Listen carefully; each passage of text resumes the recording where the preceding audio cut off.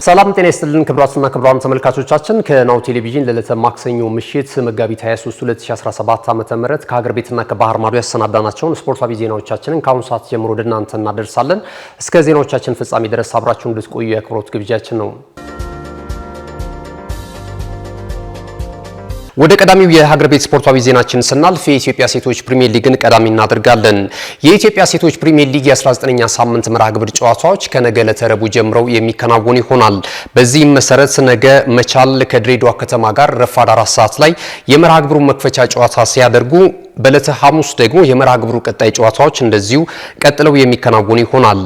የሊጉ መሪ ክለብ ኢትዮጵያ ንግድ ባንክ ከኢትዮ ኤሌክትሪክ ጋር የሚያደርጉት ጨዋታ በመርሃ ግብሩ ላይ ከሚከናወኑ ተጠባቂ ፍልሚያዎች መካከል አንደኛው ሆኗል። ይህ ጨዋታ በዕለተ ሐሙስ ረፋድ 4 ሰዓት ላይ ሲደረግ ቀን 10 ሰዓት ላይ ደግሞ አዳማ ከተማ ከሲዳማ ቡና ጋር ጨዋታቸውን የሚያደርጉ ይሆናል። አዲስ አበባ ከተማ ከአርባ ምንጭ ከተማ በዕለተ አርብ ጠዋት 3 ሰዓት ከ30 ላይ ጨዋታቸውን ሲያደርጉ ቦሌ ክፍለ ከተማ ከልደታ ክፍለ ከተማ 5 ሰዓት ላይ እንዲሁም ሐዋሳ ከተማ ከአምበሪቾ ከተማ ጋር የሚያደርጉት ጨዋታ 3 ሰዓት ላይ በዕለተ ቅዳሜ የሚከናወን ይሆናል። ቂርቆስ ክፍለ ከተማን ከባህር ዳር ከተማ ጋር የሁለቱን አዳጊ ክለቦች የሚያገናኘውም ጨዋታ እንደዚሁ ቀን 5 ሰዓት ላይ የሚከናወን ይሆናል። የሊጉን የደረጃ ሰንጠረዥ ኢትዮጵያ ንግድ ባንክ 46 ነጥቦችን ሰብስቦ በቀዳሚነት ሲመራ ሐዋሳ ከተማ በ34 ነጥቦች ሁለተኛ ደረጃ ላይ ተቀምጧል። ሲዳማ ቡና፣ ኢትዮ ኤሌክትሪክ፣ ልደታ ክፍለ ከተማና መቻል ተከታዩን ደረጃ ይዘውታል። የኢትዮጵያ ሴቶች ፕሪሚየር ሊግን የከፍተኛ ጎል አስቆጣሪነትን ትራክ ደግሞ ሴናፉ አቁማ እንደዚሁ ከኢትዮጵያ ንግድ ባንክ በ18 ግቦች በቀዳሚነት እየመራች ትገኛለች። የአደይ አበባ ስቴዲየምን ወደ ተመለከተው ዜናችን አልፈናል። ተጠናቀው ለአገልግሎት ይውላል ከተባለለት ጊዜ እጅጉን መዘግየቱን ተከትሎ በርካታ የእግር ኳሱና አፍቃሪያን ቅሬታ ውስጥ ሲከት የነበረው የአደይ አበባ ስቴዲየም በቀጣይ የሚጠናቀቅበትን የውል ስምምነት ስለመፈጸሙ እየተገለጸ ይገኛል። የኢትዮጵያ ባህልና ስፖርት ሚኒስቴር ቻይናው ህንጻ ተቋራጭ ጋራ በቀጣይ ስቴዲየሙን ለማጠናቀቅ የሚያስችላቸውን የውል ኮንትራት እንደዚሁ ስለመፈራረማቸው ተገልጿል። በአጠቃላይ ስቴዲየሙንም ለማጠናቀቅ 18.6 ቢሊዮን ብር እንደዚሁ ወጪ እንደሚደረግ ተገልጿል። ለሚቀጥሉት ከአንድ ዓመት ከ6 ወር ባልበለጠ ጊዜ ስቴዲየሙ ተጠናቆ ለአገልግሎት ይውላል ተብሏል። ይህንንም ተከትሎ በስደት ላይ የሚገኘው የኢትዮጵያ ብሔራዊ ቡድን ወደ ሀገር ቤት ተመልሶ ጨዋታዎቹን ያደርግበታልም ተብሎ እየተገመተ ይገኛል። 22000 ተመልካቾችን እንደሚይዝ እየተገለጸ የሚገኘው ስቴዲየሙ በአጭር ጊዜ ውስጥ ጥራቱን ጠብቆ በላቀ ፍጥነት እንደዚሁ ለአገልግሎት እንደሚውል ህንጻ ተቋራጩ አረጋግጧል። የኢትዮጵያ እግር ኳስ ፌዴሬሽን ይፋ ወዳደረገው መረጃችን የምናልፍ ይሆናል። የኢትዮጵያ እግር ኳስ ፌዴሬሽን ይግባኝ ሰሚ ኮሚቴ መቻል፣ ሲዳማ ቡና፣ ሐዋሳ ከተማ፣ መቀሌ ሰባ እንደርሳና ተጫዋች እስራኤል እሸቱ ያቀረበውን የይግባኝ አቤቱታ ተመልክቶ የይግባኝ አቤቱታቸው ውድቅ እንዲሆንና ኮሚቴው ሰጥቶት የነበረው እግድ እንዲነሳ ውሳኔ አስተላልፏል ሲል የኢትዮጵያ እግር ኳስ ፌዴሬሽን ያደረሰን መረጃ ያመለክታል። በተጨማሪም በውሳኔ 2 ላይ የተጠቀሱት ተጫዋቾች ያቀረቡት አቤቱታ ይግባኝ ጊዜውን ያልጠበቀ በመሆኑ ውድቅ መደረጉን የኢትዮጵያ እግር ኳስ ፌዴሬሽን አስታውቋል። ወደ መጨረሻው የሀገር ቤት ስፖርታዊ ዜናችን ስናልፍ የኢትዮጵያ ፕሪሚየር ሊግ እናገኛለን። የኢትዮጵያ ፕሪሚየር ሊግ የ2017 ዓ.ም የውድድር ዘመን ከሀገራት ጨዋታዎች በኋላ የ23ኛ ሳምንት መርሃ ግብር ጨዋታዎቹን ይዞ በነገው ዕለት በሐዋሳ ሰው ሰራሽ ስቴዲየም ጅማሮን የሚያደርግ ይሆናል። በነገው ዕለት እንግዲህ ቀን 9 ሰዓት ላይ የሊጉ ጅማሮን ሲያደርግ ፈረሰኞቹ ቅዱስ ጊዮርጊሶች ከሀዲያ ሆሳዕና ጋር ቀን 9 ሰዓት ላይ ጨዋታቸውን ያደርጋሉ። አመሻሽ 12 ሰዓት ላይ የሚጀምረው የአዳማ ከተማና የድሬዳዋ ከተማም እንደዚሁ ትልቅ ትኩረትን አግኝቷል። በአጠቃላይ የሊጉ መርሃ ግብር ጨዋታዎች በዕለተ ሐሙስም ቀጥለው ሲከናወኑ ወልዋሎ ዓዲግራት ዩኒቨርሲቲ ከፋሲል ከተማ ጠዋት 3 ሰዓት ከ30 ላይ ጨዋታቸውን ሲያደርጉ ወላይታ ዲቻ ከመቀሌ ሰባ እንደርሳ 9 ሰዓት ላይ፣ ሐዋሳ ከተማ ደግሞ ከሊጉ መሪ ክለብ ኢትዮጵያ መድን ጋራ አመሻሽ 12 ሰዓት ላይ ጨዋታቸውን የሚያከናውኑ ይሆናል። በዕለተ ቅዳሜ ኢትዮጵያ ንግድ ባንክ ከሲዳማ ቡና እንዲሁም ደግሞ የመርሃ ግብሩ የመጨረሻ ጨዋታዎች በአርባ ምንጭ ከተማና በኢትዮ ኤሌክትሪክ መካከል ቅዳሜ አመሻሽ 12 ሰዓት ሲል ጅማሮን የሚያደርግ ጨዋታ ይሆናል። የሊጉን የደረጃ ሰንጠረዥ የኢትዮጵያ መድን በአንደኝነት እየመራ ይገኛል።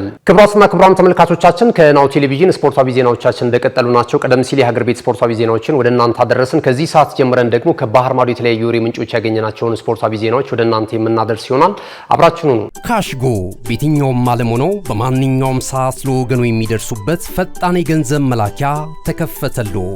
ማስተርና ቪዛ ካርዶን በመጠቀም ከ5 እስከ $20,000 የሚልኩበት አዲስ የገንዘብ መላኪያ መንገድ ካሽጎ ካሽጎን ለየት የሚያደርገው የትኛውም የገንዘብ ዝውውር በፍጥነት አገልግሎት ከመስጠቱም ባሻገር ለማንኛውም አገልግሎት ምንም አይነት ክፍያ አለመጠየቁ ነው። በሀገራችን ታሪክ ገንዘብን ከውጪ ወደ ሀገር ቤት በማስተላለፍ በመተግበሪያ መልክ አገልግሎት መስጠት የጀመረው የመጀመሪያው ሀገር በቀል የገንዘብ መላኪያ ዘዴ ካሽጎ ከ4500 በላይ ባሉ የባንክ ቅርንጫፎች አገልግሎት እየሰጠ ይገኛል። ገንዘቦን በሰኮንዶች ልዩነት ውስጥ ይፈልጉ በአካውንቶ ወይንም በእጆ ቆጥረው የሚወስዱበት ልዩ ዘዴ። በቅርቡ ሁሉንም ኢትዮጵያዊ ባለቤት ለማድረግ ጉዞ የጀመረው ካሽጎ ዛሬውኑ መተግበሪያውን በስልኮ ላይ በመጫን የአገልግሎቱ ተጠቃሚ ሆኑ። ፍጥነት መለያችን፣ ኢትዮጵያን መክፈቻችን፣ ካሽጎ ነው መላኪያችን። ካሽጎ የአዲሱ ትውልድ ብራንድ። ወደ ቀዳሚው የባህር ማዶ ስፖርታዊ ዜናችን ስናልፍ የእንግሊዝ ፕሪሚየር ሊግ እናገኛለን። የተወዳጁ የእንግሊዝ ፕሪሚየር ሊግ የ30ኛ ሳምንት መርሃ ግብር ጨዋታዎች ከዛሬ ምሽት ጀምሮ የሚከናወኑ ይሆናል። በዚህም መሰረት ዛሬ ምሽት 3 ሰዓት ከ45 ሲል በተመሳሳይ ሰዓት ከሚደረጉ ጨዋታዎች መካከል ወልቨርሃምፕተን ወንደረርስ በሜዳው ሞሊኒክስ ስቴዲየም ዌስትሃም ዩናይትድን ያስተናግዳል። አርሰናል በበኩሉ በሜዳው ኤሚሬትስ ስቴዲየም በለንደን ደርቢ ፉልሃምን የሚያስተናግድበት ጨዋታ ትልቅ ትኩረትን አግኝቷል። አርሰናል አሁን ላይ በ58 ነጥቦች ሊቨርፑልን በመከተል ሁለተኛ ደረጃ ላይ ተቀመጠ ሲሆን የአሰልጣኝ ማርኮ ሲልቫው ቡድን ፉልሃም ደግሞ 8ኛ ደረጃ ላይ ይገኛል በ45 ነጥቦች። በዛሬው ጨዋታ ላይ ጉዳት ላይ የከረመው ቡካዮ ሳካ ምናልባት ከተጠባባቂ ወንበር ላይ ተነስቶ ጨዋታውን ሊጀምር የሚችልበት እድል እንዳለ አሰልጣኝ ሚካኤል አርቴታ ከጨዋታው በፊት በነበራቸው አስተያየት ተናግሯል። ሌላኛው በ15 ደቂቃ ዘግይቶ ጨዋታውን የሚጀምረው ደግሞ ኖቲንግሃም ፎረስት በሜዳው ግራውንድ ሲቲ ስቴዲየም ማንቸስተር ዩናይትድን የሚያስተናግድበትም ጨዋታ ይጠበቃል። በጥቅሉ በመርሃ ግብሩ ላይ የሚደረጉትን ጨዋታዎች ስንመለከት ሳውዛምፕተን በሜዳው ሴንት ሜሪ ስቴዲየም ክሪስታል ፓላስን ምሽት 3 ሰዓት ከ45 ላይ በነገው ዕለት ሲያስተናግድ፣ በርንማውዝ ከኢፕስዊች ታውን፣ ብራይተን ከአስተን ቪላ እንዲሁም ኒውካስል ዩናይትድ ከሌስተር ሲቲ ጋር የሚያደርጓቸው ጨዋታዎች ይጠበቃሉ። የሊጉ መሪ ክለብ ሊቨርፑል በበኩሉ በሜዳው አንፊልድ ሮድ ኤቨርተንን የሚያስተናግድበትም ጨዋታ ትልቅ ትኩረትን አግኝቷል። የምንጊዜም ባላንጣዎቹ ሁለቱ ቡድኖች የመጀመሪያ ጨዋታቸውን በጉዲሰን ፓርክ ስቴዲየም አድርገው 2-2 በሆነ ውጤት ማጠናቀቃቸውም የሚታወስ ነው። ነገ ቼልሲ በሌላ የለንደን ደርቢ በሜዳው ስታንፎርድ ብሪጅ ቶተንሃም ሆትስፐርስን ምሽት 4 ሰዓት ላይ የሚያስተናግድ ይሆናል። የሊጉን የደረጃ ሰንጠረዥ ሊቨርፑል 70 ነጥቦችን ሰብስበው በቀዳሚነት ሲመራ፣ አርሰናል በ12 ነጥቦች ዝቅ ብሎ በ58 ነጥብ ሁለተኛ ደረጃ ላይ ተቀምጧል። ኖቲንግሃም ፎረስት፣ ቼልሲ፣ ማንቸስተር ሲቲ፣ ኒውካስል ዩናይትድ እና ብራይተን ተከታዩን ደረጃ ይዘውታል። የሊጉን የደረጃ ሰንጠረዥ ሞሳላ ከሊቨርፑል በ25 ግቦች በቀዳሚነት ሲመራ፣ ሄርሊንግ ብራውት ሃላንድ ደግሞ እንደዚሁ ከማንቸስተር ሲቲ በ20 ግቦች ይከተላል። በመጨረሻም ሄርሊንግ ብራውት ሃላንድን ወደ ተመለከተው ዜናችን አልፈናል። የማንቸስተር ሲቲው የፊት መስመር አጥቂ ሄርሊንግ ብራውት ሃላንድ ባጋጠመው የቁርጭምጭሚት ጉዳት ምክንያት ቢያንስ ለ2 ወራቶች ያህል ከሜዳ እንደሚርቅ አሰልጣኝ ፔፕ ጋርዲዮላ አረጋግጧል። ሃላንድ በሳምንቱ መጨረሻ በእንግሊዝ ኤፍኤ ካፕ የውድድር መድረክ በሩብ ፍጻሜው ፍልሚያ በርንማውዝን ረተው የግማሽ ፍጻሜውን ምዕራፍ በተቀላቀሉበት ጨዋታ ላይ ጎል ካስቆጠረ በኋላ በጉዳት ምክንያት ተቀይሮ ለመውጣት መገደዱም የሚታወስ ነው። የ24 ዓመቱ የቡድኑ ወሳኝ የፊት መስመር አጥቂ ሄርሊንግ ብራውት ሃላንድ በዘንድሮ ዓመት 40 ጨዋታዎችን አድርጎ 30 ግቦችን ከመረብ ማሳረፍ ችሏል። ይህም በቀጣይ ማንቸስተር ሲቲ ለሚያደርገው ጨዋታ የሃላንድ አለመኖር ከፍተኛ ጉዳት ሊያስከትልበት እንደሚችልም እየተገለጸ ይገኛል። ክቡራትና ክቡራን ተመልካቾቻችን ለዕለተ ማክሰኞ ምሽት ከሀገር ቤትና ከባህር ማዶ ያሰናዳናቸው ስፖርታዊ ዜናዎቻችን ይህንን ይመስሉ ነበረ። ከዜናዎቹ ጋር ገዛኸኝ ዱላ ቆይታ አድርጌያለሁ። ቀሪናው ቴሌቪዥን መሰናዶች የሚቀጥሉ ይሆናል። ስለተከታተላችሁ እናመሰግናለን። መልካም ጊዜ። እነሆ የምስራች! የ10 አየር መንገድ የበረራ ትኬት ለውድ ደንበኞቹ በተቀላጠፈና አስተማማኝ በሆነ መንገድ እያቀረበ ያለው። በዚህም በደንበኞቹ የተመሰገነው ጉዞጎ አሁን ደግሞ ተደራሽነቱን በማስፋት ተጨማሪ ባንኮችን በማካተት ለውድ ደንበኞቹ የበለጠ አስተማማኝ ለመሆን ችሏል። የጉዞጎን አፕሊኬሽን ከአፕ ስቶር ወይም ከፕላይ ስቶር በማውረድ የመነሻና የመድረሻ ከተማዎትን መርጠው ዋጋ አወዳድረው የሀገር ውስጥም ሆነ ዓለም አቀፍ በረራ ማድረግ ካሰቡ የበረራ ትኬቶን ክፍያ በአቅራቢያው በሚገኙ ባንኮች አንድም በአካል በመሄድ ወይም በኦንላይን የክፍያ አማራጮች ክፍያዎትን በመፈጸም የበረራ ትኬቶን በእጅ ያስገቡ።